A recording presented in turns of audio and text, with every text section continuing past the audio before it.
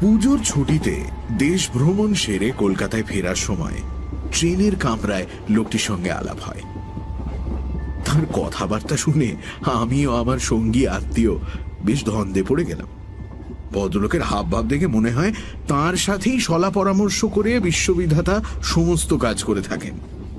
এই যে রাশিয়ানরা এত দূরে এগিয়ে এসেছে, ইংরেজদের এত রকম গোপন মতলব রয়েছে, আর দেশীয় রাজারা নিজেদের মধ্যে কি ঘোট পাকাচ্ছে, এসব বিষয় না জেনেই বরং আমরা নিশ্চিন্ত ছিলাম। আমাদের অজ্ঞতা দেখে ভদ্রলোক হেসে বললেন, There are more things in heaven and earth, Horatio, than are reported in your newspapers. এই প্রথম বাড়ি থেকে বেরোচ্ছি, এরকম মানুষের সঙ্গে আমাদের আগে কখনো আলাপ হয়নি, তাই তার রকম সকম দেখে আমরা সত্যি অবাক হয়ে গেলাম। সব বিষয়েই তিনি সমান সাবলীল।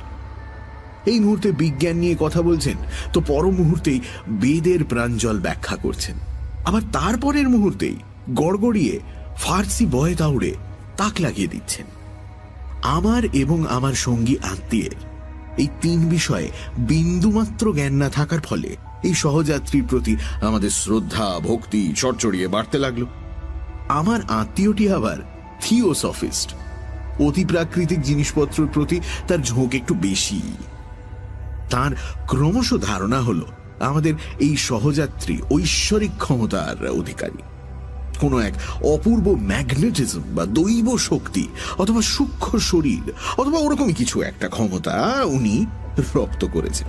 তাই তিনি তন্ময় হয়ে তার কথা শুনে যাচ্ছিলেন এবং যথাসম্ভব গোপনে নোট করে নিচ্ছিলেন। আমাদের অসামান্য সহযাত্রী বোধ হয় তা বুঝতে পেরে খুশি হলেন। ট্রেন জাংশন স্টেশনে এসে পৌঁছল। এখান থেকেই পরের ট্রেন ধরতে হবে। শুনলাম রাস্তায় কি একটা গোলমাল হওয়ায় পরের ট্রেন আসতে দেরি আছে। অগত্যা ওয়েটিং রুমে আশ্রয় নিতে হলো। আমি টেবিলের ওপর বিছানা পেতে ঘুমোবার তাল করছি, এমন সময় সেই সহযাত্রী ভদ্রলোকটি বললেন, একটা গল্প শুনবেন? জমাটি গল্প, শুনলে অবাক হবেন। তার বাগ্মিতার পরিচয় আগেই পেয়েছিলাম, তাই আর না করলাম না। অতঃপর তিনি গল্প শুরু করলেন। আমার আর সেই রাতে ঘুম এলো না। রাজ্য চালনা নিয়ে দু একটা বিষয় মতান্তর হওয়ায় আমি জুনাগড়ের কাজে ইস্তফা দিয়ে হায়দ্রাবাদের নিজাম সরকারের অধীনে চাকরি নিলাম। আমার তখন অল্প বয়স, মজবুত স্বাস্থ্য, তাই দেখে আমায় বরিচ নামের একটি জায়গায় তুলোর মাসুল আদায়ের কাজে নিয়োগ করা হলো। আর জায়গাটি এক কথায় অনবদ্য।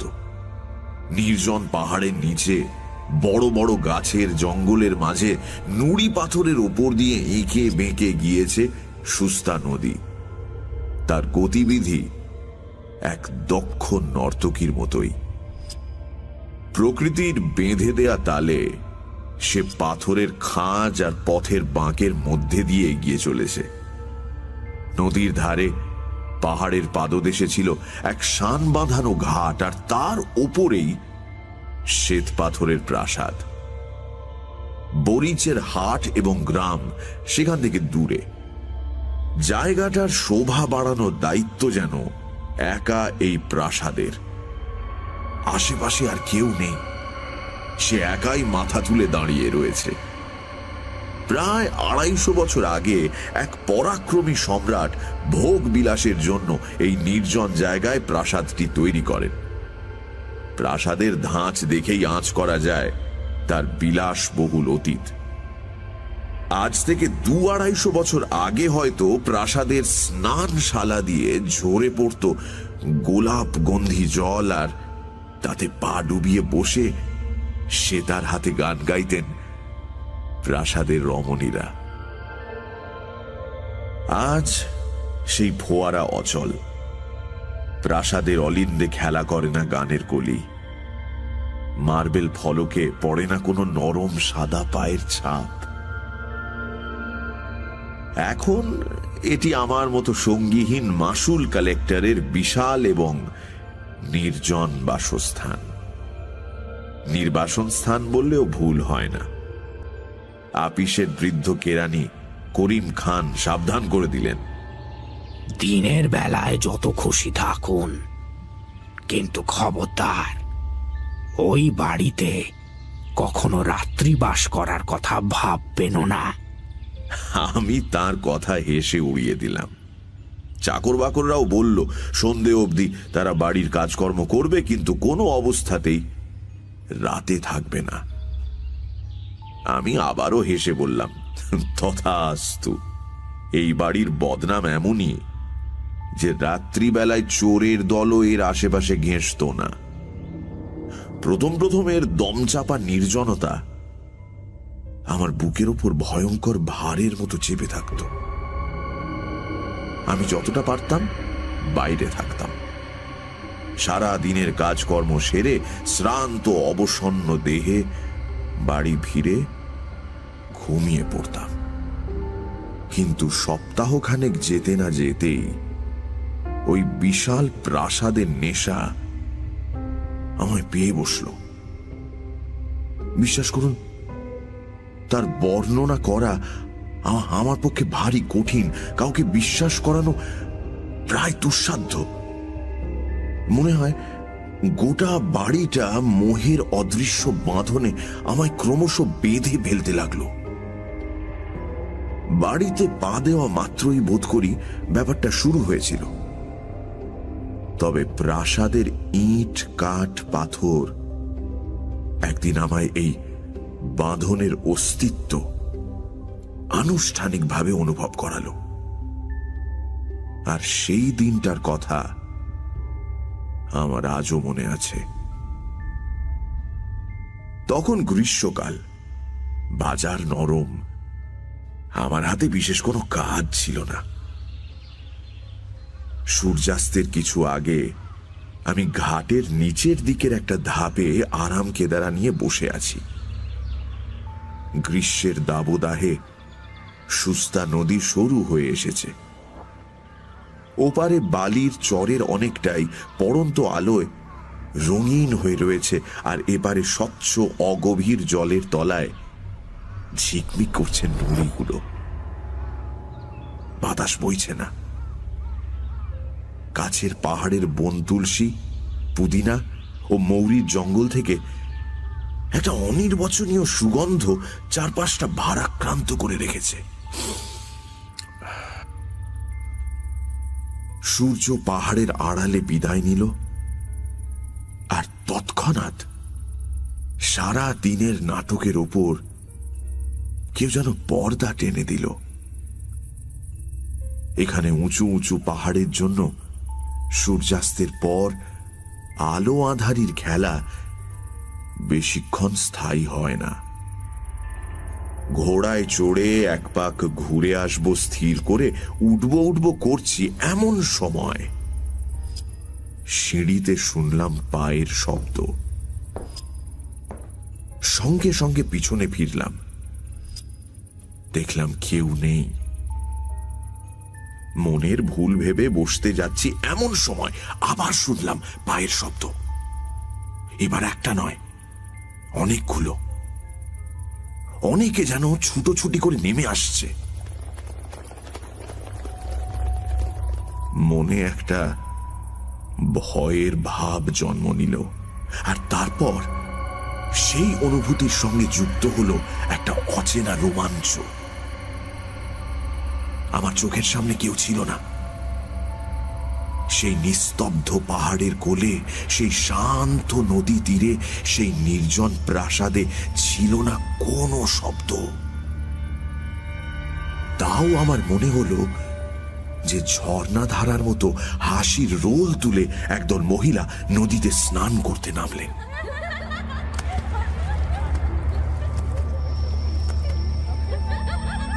আর আমার ঠিক পাশ দিয়েই গেলেন তারা, অথচ আমায় লক্ষ্য করলেন না। সেই মহিলারা যেমন আমার চোখে অদৃশ্য ছিলেন, আমিও তাদের কাছে সেরকমই অদৃশ্য রইলাম।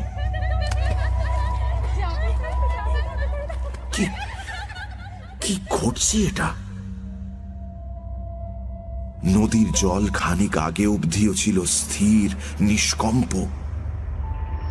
এবার বোধ হল সুস্তার শান্ত জলে আলোড়নের সৃষ্টি হয়েছে। কেউ বা কারা যেন দাপাদাপি করছে, আর তার ফলে বিক্ষুব্ধ হয়ে উঠছে জলের স্রোত।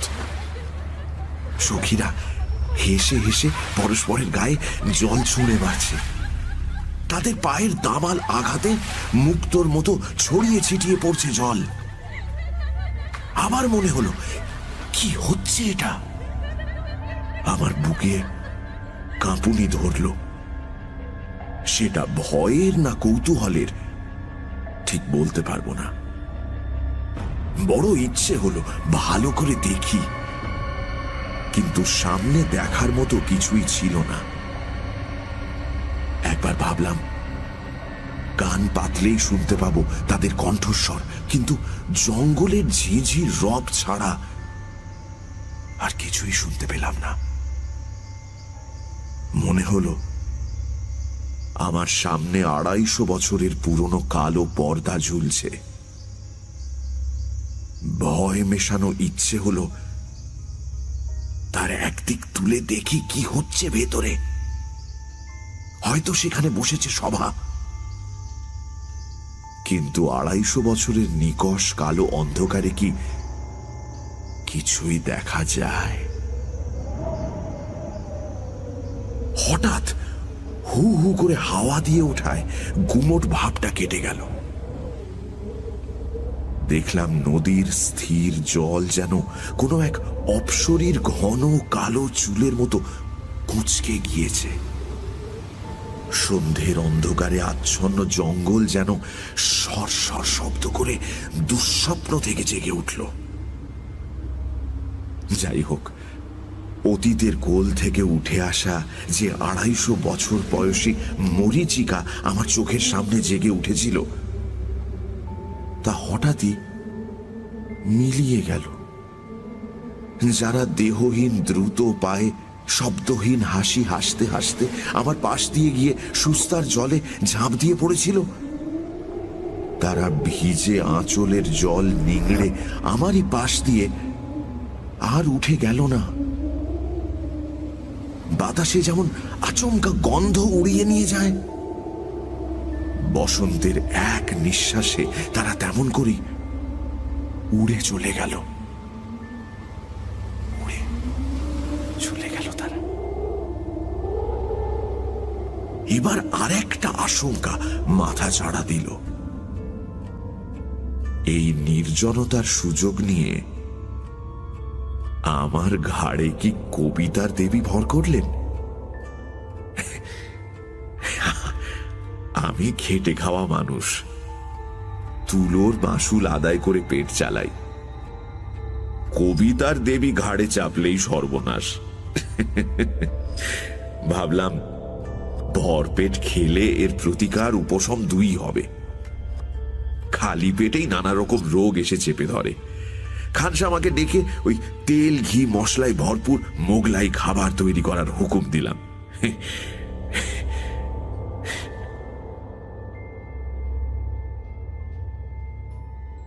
পরদিন সকালে উঠে গোটা ব্যাপারটাই ভীষণ হাস্যকর বলে মনে হলো। যথাসময়ে দিব্যি সাহেবদের মতো সোলার টুপিটি মাথায় চাপিয়ে নিজের হাতে গাড়ি হাঁকিয়ে কাজে গেলাম। সেদিন আবার ত্রৈমাসিক রিপোর্ট লেখার দিন হওয়ায় দেরি করে বাড়ি ফেরার কথা। কিন্তু সন্ধে পড়তে না পড়তেই আমায় বাড়ির দিকে কে যেন টানতে লাগলো। কে টানতে লাগলো সঠিক বলতে পারবো না, কিন্তু মনে হলো আর দেরি করা উচিত নয়। সকলে বসে রয়েছে, দেরি করা উচিত নয়। রিপোর্ট অসমাপ্ত রেখেই সেই জঙ্গল ঘন নিশ্চুপ রাস্তায় গাড়ির চাকার ঘড় ঘড় শব্দ তুলে আমার বাসস্থান সেই নিঃসঙ্গ নিস্তব্ধ প্রাসাদে গিয়ে হাজির হলাম। সিঁড়ির ওপর সামনের দিকের ঘরটি বিশাল, 3 সারি বড় বড় থামের উপর কারুকার্যে ভরা খিলান বিরাট ছাদটা ধরে রেখেছে। ঘরটি তার ব্যাপক শূন্যতার জন্য সবসময় গম গম করতে থাকে। তখন সদ্য সন্ধে নেমেছে, প্রদীপ জ্বালানো হয়নি।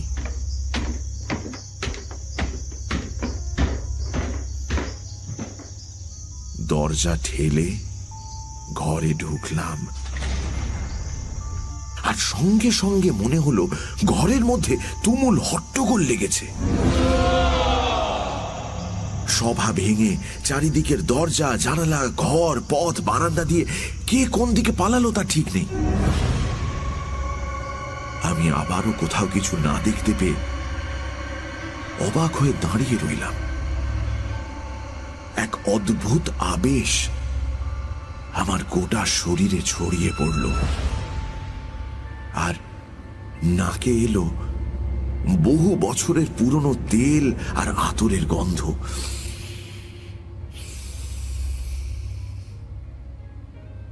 আমি সেই অন্ধকার ফাঁকা ঘরের থামের মাঝখানে দাঁড়িয়ে শুনতে পেলাম ঝরঝর করে ফোয়ারার জল সাদা পাথরের ওপর এসে পড়ছে।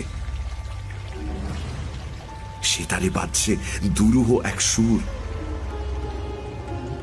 কোথাও গয়নার সেই চির স্বর্ণালী মৃদু আওয়াজ, নুপুরের রুনুঝুনু, আবার কোথা থেকে ভেসে আসছে তামার ঘণ্টায় প্রহর বাজার শব্দ। অতি দূরে নহবতের আলাপ, বাতাসে দোল খাওয়া ঝাড় লণ্ঠনের ঠুনঠুন, বারান্দায় ঝোলা খাঁচায় বন্দি বুলবুলের গান, আর বাগান থেকে উড়ে আসা সারসের ডাক। আমার চারপাশে প্রেত লোকের আবহ সঙ্গীত পরিবেশন করতে শুরু করল। মোহগ্রস্ত অবস্থায় আমার মনে হলো যে এই অবাস্তব ব্যাপারটাই একমাত্র সত্যি, আর বাকিটা মিথ্যে। বাকিটা পুরোটাই মিথ্যে। এই যে আমি শ্রীযুক্ত অমুক, ঈশ্বর অমুকের জ্যেষ্ঠ পুত্র, তুলোর মাসুল সংগ্রহ করে 450 টাকা বেতন পাই, আমি যে সোলার টুপি এবং খাটো কুর্তা পরে টমটম হাঁকিয়ে আপিস যাই, এই সমস্তই আমার কাছে পরম হাস্যকর বলে মনে হলো। এতটাই যে আমি সেই বিশাল খাঁকা করা ঘরে হা হা করে হেসে উঠলাম।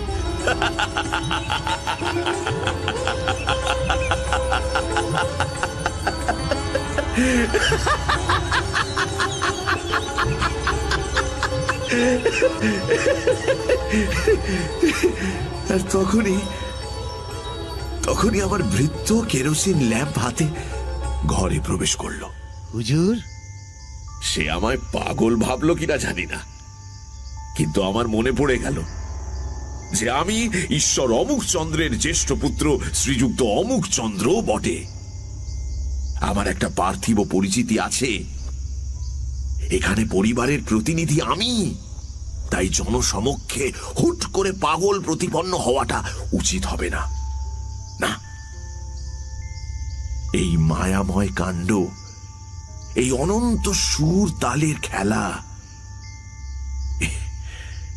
এসব বোঝা আমার কম্য নয়। এর পাশাপাশি এই কথাও সত্যি যে আমি বরিচের হাটে তুলোর মাসুল আদায় করে মাসে 450 টাকা বেতন আদায় করে থাকি। তখন আবার আগের কথা মনে করে হাসি পেল। কেরোসিনের আলোয় উজ্জ্বল ক্যাম্প টেবিলে রাখা খবরের কাগজটা নিয়ে পড়তে শুরু করলাম।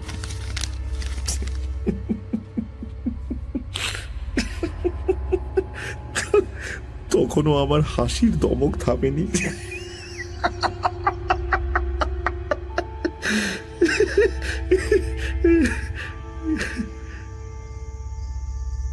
কাগজ পড়া শেষ করে এবং উপাদেয় মোগলাই খাবার খেয়ে ঘরের কোনায় টিমটিমে প্রদীপটা নিভিয়ে দিয়ে বিছানায় গা এলিয়ে দিলাম।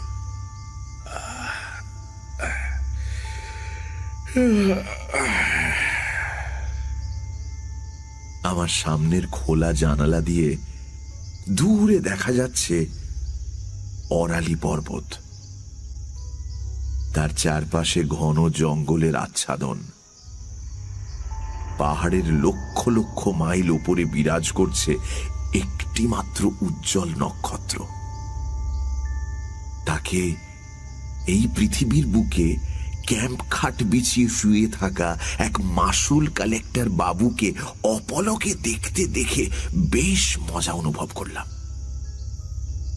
কখন যে ঘুমিয়ে পড়েছিলাম বুঝতেই পারিনি। কতক্ষণ ঘুমিয়েছিলাম তাও জানি না। হঠাৎ একটা সময়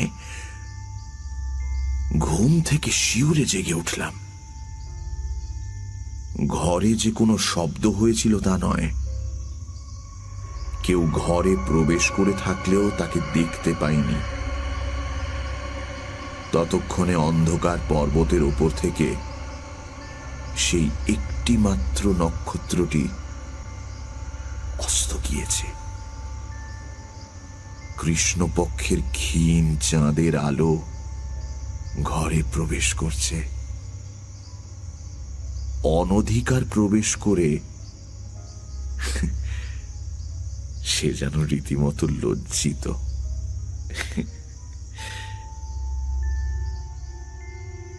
কাউকে দেখতে পেলাম না, অথচ আমার স্পষ্ট মনে হলো কেউ আমায় আস্তে আস্তে ঠেলছে।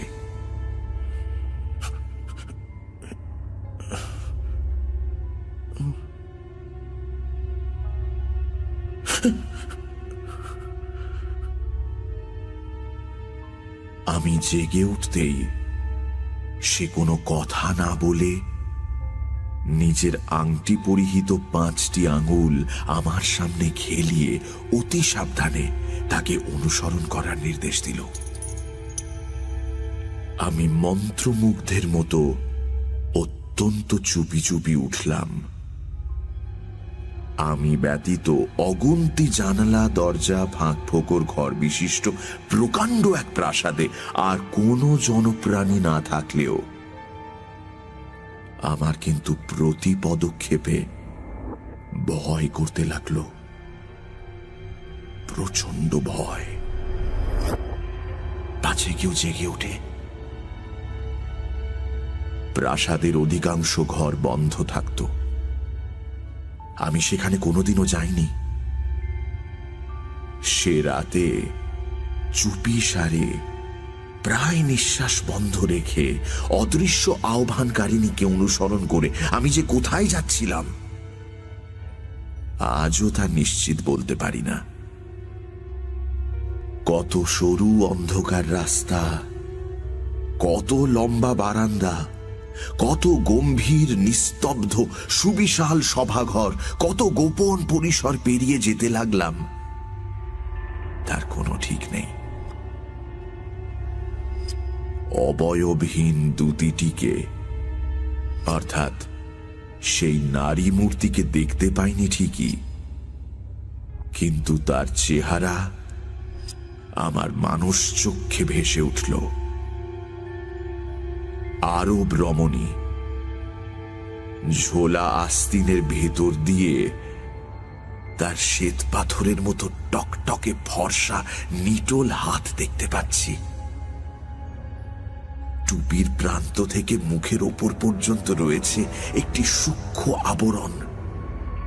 কোমরে বাঁকা ছুরি বাঁধা। মনে হলো আরব্য উপন্যাসের সহস্র রজনীর একটি আজ উপন্যাসের দেশ থেকে উড়ে এসেছে। আমি যেন রাতের আঁধারে ডুবে থাকা বাগদাদের রাস্তা ধরে হাঁটছি। আশপাশে আলোর লেশ মাত্র নেই, আর আমি বেরিয়েছি এক বিপজ্জনক অভিসারে। আচমকা আমার দূতি একটা ঘন নীল পর্দার সামনে থমকে দাঁড়িয়ে যেন নিচের দিকে আঙুল দিয়ে দেখালো। নিচে কি ছিল না বুঝলেও ভয়ে আমার বুকে হিম স্রোত বয়ে গেল। আমি অনুভব করলাম সেই পর্দার সামনে মাটির উপর জরির কাজ করা রেশমের আলখাল্লা পরে বসে রয়েছে এক কৃষ্ণাঙ্গ ব্যক্তি। তার কোলের ওপর খোলা তলোয়ার, দুপা মাটিতে ছড়িয়ে সে ঢুলছে। আমার রহস্যময়ী দূতি সহজেই তার দুপা ডিঙিয়ে পর্দার একটা প্রান্ত তুলে ধরল। ভিতরে একটি ঘরের সামান্য অংশ চোখে পড়ল। তক্তপোষের ওপর কেউ একজন বসে আছেন। কে দেখা গেল না,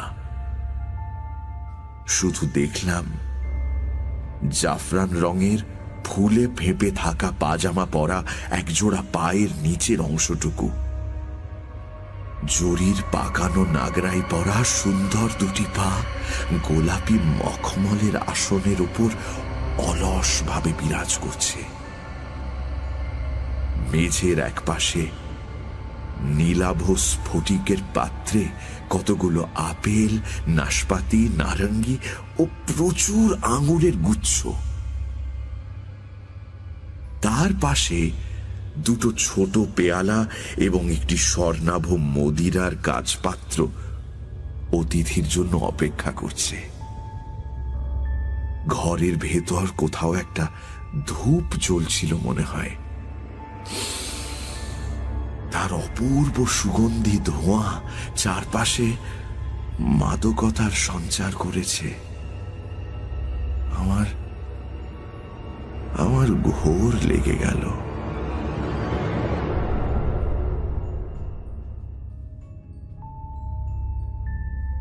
আমি দুরু দুরু বক্ষে যেই না সেই ঢুলন্ত কৃষ্ণাঙ্গ পাহারাদারের ছড়িয়ে থাকা দুপা টপকাতে গেছি, অমনি সে চমকে জেগে উঠল, আর তার কোলের ওপর রাখা সেই খোলা লকলকে তলোয়ার সশব্দে মাটিতে পড়ে গেল। আচমকা একটা বিকট চিৎকার শুনে ধরপড়িয়ে উঠে দেখলাম যে ক্যাম্প খাটের ওপর বসে আছি।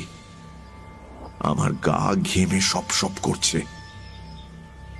ভোরের আলোয় কৃষ্ণপক্ষের অর্ধেক চাঁদটাকে ফ্যাকাশে দেখাচ্ছে। রাত জাগার ক্লান্তিতে তার শরীর ভেঙে আসার জোগাড়। শুনতে পেলাম বদ্ধ পাগল মেহের আলী রোজকার মতো ভোরের জনশূন্য রাস্তায় চিৎকার করে হেঁটে চলেছে।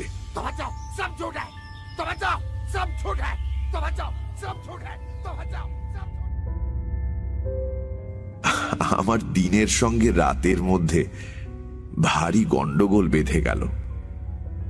রোজ সকালে ক্লান্ত দেহে কাজে যেতাম এবং মায়াবিনী রাতকে মনে মনে অবিরাম সাপান্ত করতাম। আবার সন্ধ্যের পরই রোজকার কর্মবদ্ধ জীবন ও তার চারপাশটা নিতান্ত তুচ্ছ বলে মনে হতো। সন্ধ্যের পর আমি যেন একটা নেশার জালে আষ্টে পৃষ্ঠে জড়িয়ে পড়তাম। শত শত বছর আগের কোনো এক অলিখিত ইতিহাসের অন্তর্গত আর একটা অপূর্ব ব্যক্তি হয়ে উঠতাম। তখন আর বিলিতি খাটো কুর্তা আর আঁটো সাঁটো প্যান্টুলুনে আমার মানাতো না।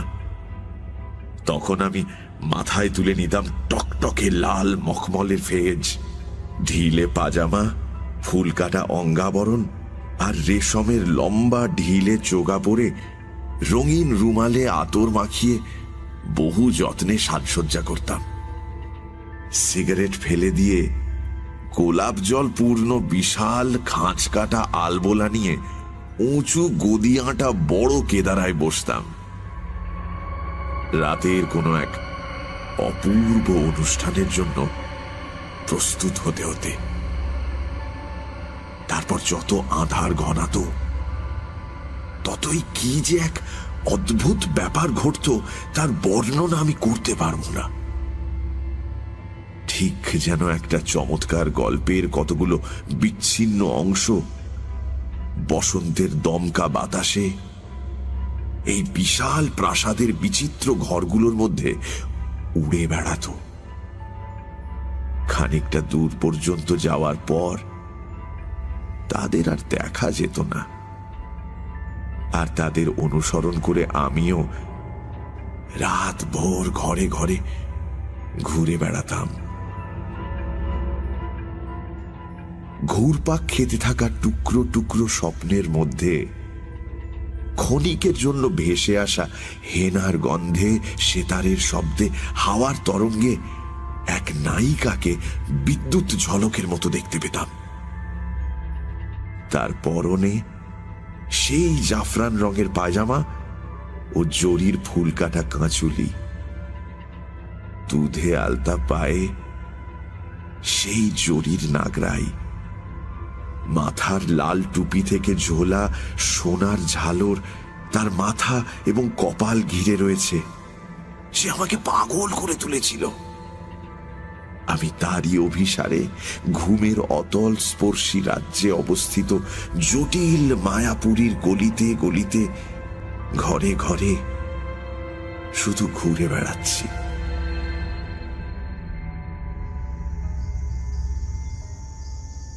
একদিন সন্ধে বড় আয়নার দুদিকে দুটি বাতি জ্বালিয়ে যত্ন সহকারে বাদশাহের মতো সাজসজ্জা করছি। হঠাৎ দেখতে পেলাম আয়নায় আমার ছায়ার পাশেই ক্ষণিকের জন্য সেই তরুণীর ছায়া। সে নাটকীয়ভাবে নিজের ঘাড় বেঁকালো, ঘন কালো চোখে ফুটিয়ে তুলল বেদনার ইঙ্গিত। তার সুন্দর ঠোঁট দুটি ঈষৎ নড়ে উঠল। একটা অজানা ভাষা ফুটে উঠেও অব্যক্ত রইল। নিমেষের মধ্যে তরুণীর ছায়াটি উপর দিকে উঠে গেল নাচের ছন্দে। তারপরই বেদনা, বাসনা, বিভ্রম আর হাসির একটা অভূতপূর্ব মিশ্রণ চারপাশে ছড়িয়ে মিলিয়ে গেল। সে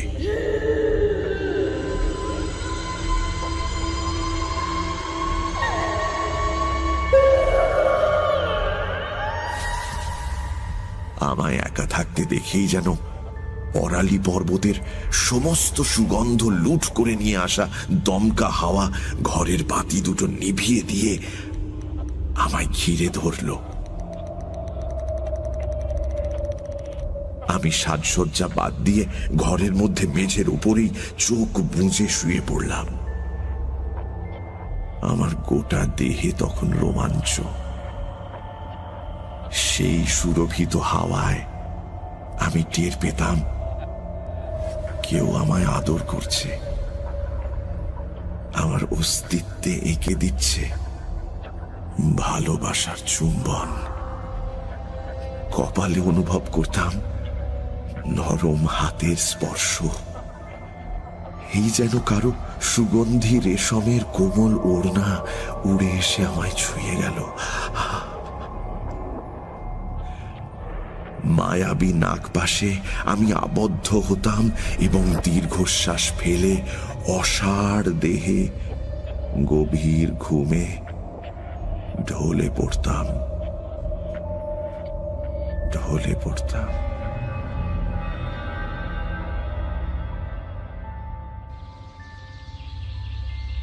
একদিন দুপুরে ঠিক করলাম ঘোড়ার পিঠে চড়ে বেরোবো, কিন্তু কে যেন আমায় বারবার নিষেধ করতে লাগলো।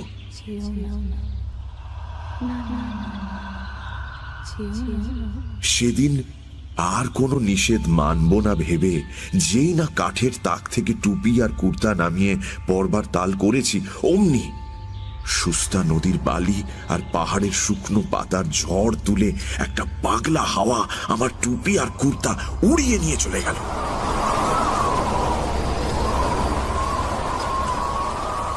হাওয়ার দমকের সঙ্গী ছিল একটা ভীষণ মিষ্টি হাসি। হাওয়ায় আমার জিনিস উড়তে দেখে সেই হাসি যেন আরো পেয়ে বসল।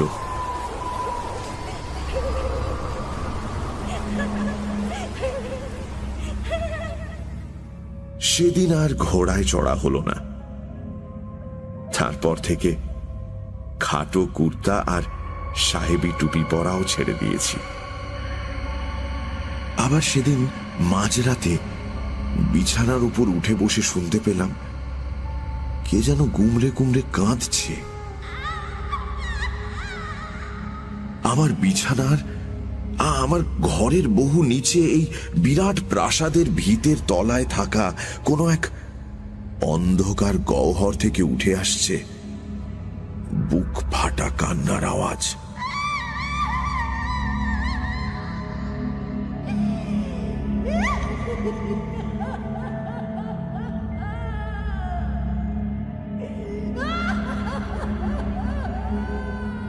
অন্ধকারও অশ্রু সজল হতে পারে। সেই আধভেজা অন্ধকারে আমায় যেন কেউ কেঁদে কেঁদে বলছে, তুমি আমাকে উদ্ধার করে নিয়ে যাও। কঠিন মায়া, গভীর ঘুম আর নিষ্ফল স্বপ্নের সমস্ত দরজা চুরমার করে আমায় নিয়ে যাও। তুমি আমি ঘোড়ার পিঠে চড়ে নিরুদ্দেশে পাড়ি দেব। আমায় বুকের কাছে শক্ত করে চেপে ধরে বন জঙ্গল পাহাড় নদী অতিক্রম করে আমায় নিয়ে চলো সূর্যের আলোয় সজ্জিত তোমার ঘরে। উদ্ধার করো, আমায় উদ্ধার করো।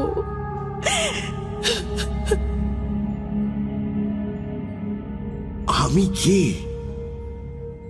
আমি কেমন করেই বা উদ্ধার করব? স্বপ্ন প্রবাহের এই প্রবল ঘূর্ণির মধ্যে ডুবতে বসা কোন সুন্দরীকে তীরে টেনে তুলব? তুমি কে? কবে ছিলে? কোথায় ছিলে? তুমি কোন মরুদ্যানে খেজুর গাছের ঠান্ডা ছায়ায় কোন গৃহহীন মরুবাসীর কোলে জন্ম নিয়েছিলে? যেভাবে বনলতা থেকে নির্মম ভাবে ছিঁড়ে নেওয়া হয় ফুলের পাপড়ি, ঠিক সেভাবেই তোমায় মায়ের কোল থেকে আলাদা করে দিয়েছিল কি কোনো নির্দয় দস্যু? ঘোড়ার পিঠে চড়িয়ে বিদ্যুৎ বেগে বালির জ্বলন্ত রাশি পার করে তোমায় কোন রাজপুরীর দাসীহাটে বিক্রির জন্য নিয়ে যাওয়া হয়েছিল? সেখানে কোন বাদশাহের ভৃত্য তোমার নববিকশিত যৌবন নিরীক্ষণ করে স্বর্ণ মুদ্রায় তোমার দাম মিটিয়ে সোনার পালকিতে সমুদ্র পার করে প্রভুর অন্তঃপুরে তোমায় উপহার দিয়েছিল? কে? কবে? কোথায়? সেখানের ইতিহাস আরো পঙ্কিল, আরো জটিল। সেখানে সারেঙ্গীর সঙ্গীত নুপুরের রুনু রুনুর মতো সুন্দর সৃষ্টির সঙ্গে সহাবস্থান সুবর্ণ মদিরার মধ্যে বিষের জ্বালার, ছুরির ঝলকের এবং কটাক্ষের আঘাতের। কি অসীম ঐশ্বর্য, কি অনন্ত কারাগার! দুদিকে দুই দাসী হীরের চমক খেলিয়ে চামর দোলাচ্ছে। বাদশাহ মণিমাণিক্য খচিত নাগরাইয়ের কাছে লুটিয়ে পড়ছেন। বাইরের দরজার সামনে দেবদূতের মতো সেজে খোলা তলোয়ার হাতে যমদূতের মতো দাঁড়িয়ে রয়েছে এক পাহারাদার। এই ঐশ্বর্য প্রবাহ রক্তে রাঙানো, এর প্রত্যেক বাঁকে রয়েছে ঈর্ষার হাতছানি। এই প্রবাহের মধ্যে ভেসে হে মরুভূমির পুষ্প মঞ্জরি, তুমি কোন নিষ্ঠুর মৃত্যুর মধ্যে অবতীর্ণ হয়েছিলে? তোমার অদৃষ্টে ছিল কোন মর্মান্তিক পরিণতি? আমার স্বপ্নের প্রবাহ ভেঙে দিল বদ্ধ উন্মাদ মেহের আলীর ক্রুদ্ধ চিৎকার। सब झूठ है, सब झूठ है, सब झूठ है। तो बच जाओ, तो बच जाओ, तो बच जाओ, सब झूठ है।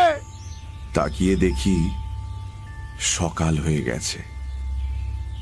চাপরাশি ডাকের চিঠিপত্র নিয়ে আমার হাতে দিল এবং আমার খানসামা এসে সেলাম ঠুকে জিজ্ঞেস করলো, আজ রান্নার কি হুকুম আছে জানাব? আমি সিদ্ধান্ত নিলাম, না, এই বাড়িতে আর থাকবো না। সেদিনই জিনিসপত্র গুটিয়ে আপিস ঘরে গিয়ে উঠলাম। বৃদ্ধ কেরানি করিম খাঁ আমায় দেখে ঈষৎ হাসলেন। বিরক্তিতে সারা গা জ্বলে গেল, কিন্তু তার হাসির যোগ্য জবাব না দিয়েই কাজের মধ্যে নিজেকে ডুবিয়ে দিলাম। কিন্তু অবাক হয়ে অনুভব করলাম বেলার সঙ্গে পাল্লা দিয়ে বাড়ছে আমার অন্যমনস্কতা। কোথাও একটা যাওয়ার তাড়া আমায় কুরে কুরে খেতে শুরু করলো। তুলোর হিসেব আমার কাছে অপ্রয়োজনীয় হয়ে পড়ল। নিজামের নিজামাতেরও তেমন কোনো মূল্য আর রইল না। আমার বর্তমান তখন নিতান্তই অর্থহীন। কোথাও একটা যাওয়ার তাড়াটাও তখন অসহনীয় হয়ে উঠেছে। আমি হিসেবের খাতা অবজ্ঞা ভরে বন্ধ করে কলম ছুঁড়ে ফেলে দিলাম। তারপর সেই প্রাসাদের উদ্দেশ্যে টমটম হাঁকালাম সবেগে। দেখলাম টমটম প্রায় নিজে নিজেই দিন ও রাতের সন্ধিক্ষণে আমায় সেই প্রাসাদের দরজার সামনে পৌঁছে দিল।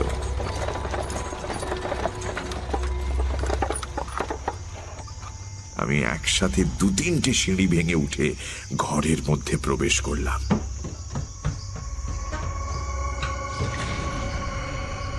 আজ চারপাশ নিস্তব্ধ।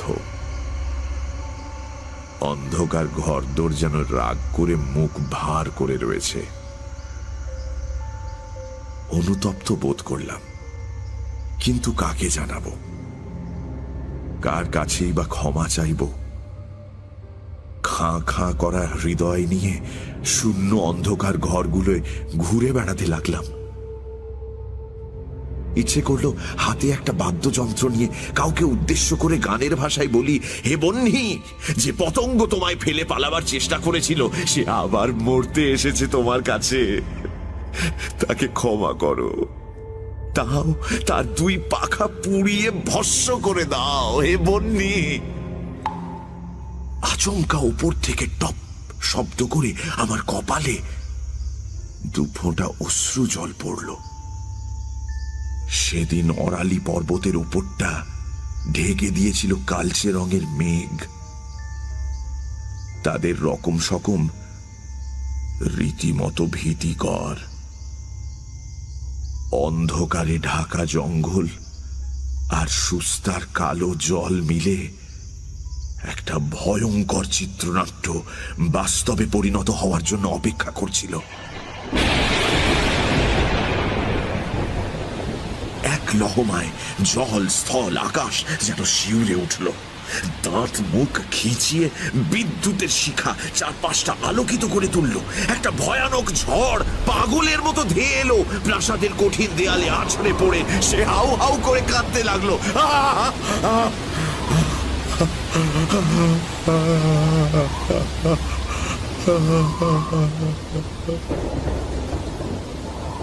আজ চাকর বাকররা আপিস ঘরে ছিল, তাই এখানে আলো জ্বালানোর জন্য কেউই ছিল না।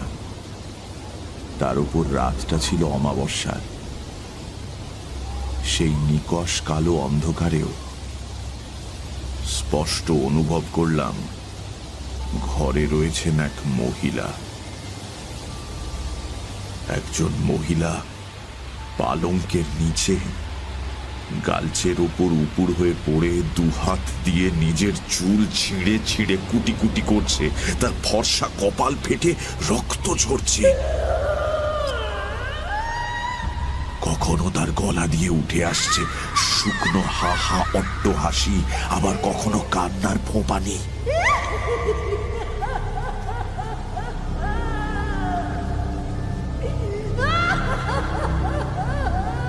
প্রচন্ড রাগের বশে সে নিজের পরনের পোশাক ছিঁড়ে ফেলছে। 2 হাতে মুঠো পাকিয়ে আঘাত, সজোরে আঘাত করছে নিজের বুকে।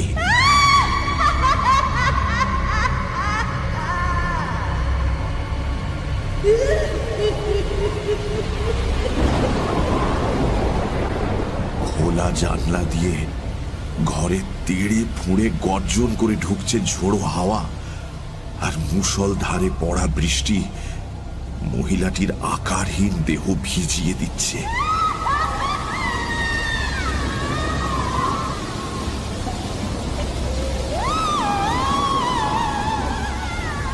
ঝড় সারা রাত চলল, আর তার সাথে সেই মহিলার কান্নাও।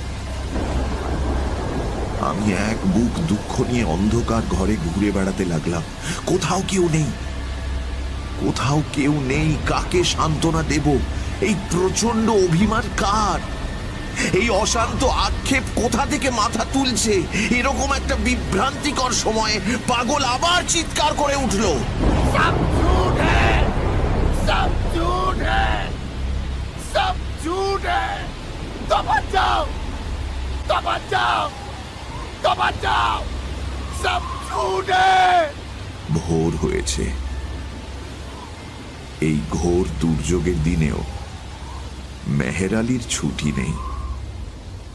সে যথারীতি প্রাসাদ প্রদক্ষিণ করে চিৎকার শুরু করেছে, तो बचाओ, तो बचाओ, तो बचाओ, सब झूठ है। আমার মাথায় হঠাৎ একটা চিন্তা খেলে গেল। এই মেহের আলীও হয়তো আমারই মতো এই প্রাসাদে একসময় বাস করেছিল।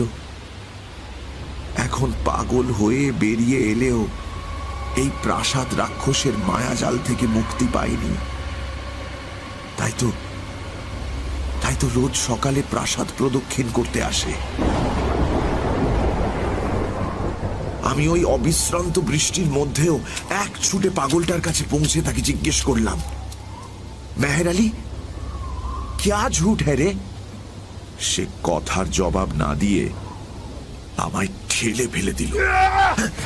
सब झूठ है। অজগর সাপের মারণ আলিঙ্গনে আবদ্ধ ঘূর্ণায়মান পাখির মতো বাড়িরই চারপাশে ঘুরপাক খেতে শুরু করলো মেহের আলী। আর নিজেকে সতর্ক করার জন্যই বারংবার তার মুখ থেকে বেরিয়ে এলো সেই অতি পরিচিত চিৎকার, सब झूठ है। तो बचाओ, तो बचाओ, तो बचाओ, सब झूठ है। আমি বৃষ্টি মাথায় নিয়ে পাগলের মতো ছুটলাম। আপিসে গিয়ে করিম খাঁ সাহেবকে ধরলাম, অনুরোধ করলাম সব খুলে বলার জন্য। সবটা বৃদ্ধের মুখে যা শুনলাম তার সারমর্ম এই: অনেক অতৃপ্ত বাসনা, ব্যভিচার, উন্মত্ত আবেগের প্রতীক ওই বাড়িটি। সেই সব নিষ্ফল কামনার অভিশাপে বাড়িটির প্রতিটি ইট, কাঠ, পাথর ক্ষুধার্ত, তৃষ্ণার্ত হয়ে আছে। কোনো জ্যান্ত মানুষ পেলেই তাকে গ্রাস করার জন্য লকলকিয়ে ওঠে তারা। ওই বাড়িতে 3 রাত কাটানো ব্যক্তিদের মধ্যে একমাত্র মেহের আলী বেরিয়ে আসতে পেরেছে, আর কেউ তার গ্রাস এড়াতে পারেনি। আমি জিজ্ঞেস করলাম, আমার উদ্ধারের কি কোনো পথই নেই? বৃদ্ধ বললেন,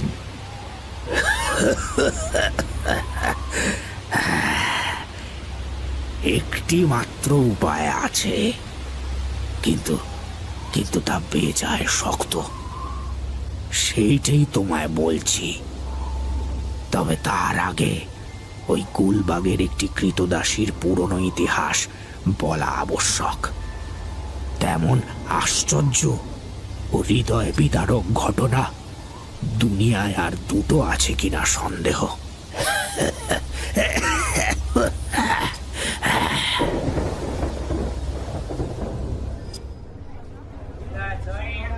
করিম খাঁর বর্ণনা ছিল আমার অভিজ্ঞতার থেকেও বেশি আশ্চর্যের। গল্পের সূচনা হয় উত্তর প্রান্তের এক ধূ ধূসর মরুভূমির মাঝে। এক মিনিট। সহযাত্রী ভদ্রলোক নিঃশ্বাস নেওয়ার জন্য সামান্য থামলেন। এমন সময় কুলি এসে খবর দিল ট্রেন আসছে। বাবু সাহেব, ট্রেন আসতেছে। এত তাড়াতাড়ি? জলদি বিছানাপত্র বাঁধতে না বাঁধতেই ট্রেন এসে হাজির হলো। এক সাহেব ঢুলু ঢুলু চোখে একটি ফার্স্ট ক্লাস কামরার জানলা দিয়ে মুখ বাড়িয়ে সম্ভবত স্টেশনের নাম পড়ার চেষ্টা করছিলেন। তিনি আমার সহযাত্রী মিত্রটিকে দেখতে পেয়েই সহাস্যে হাত নেড়ে চিৎকার করে উঠলেন,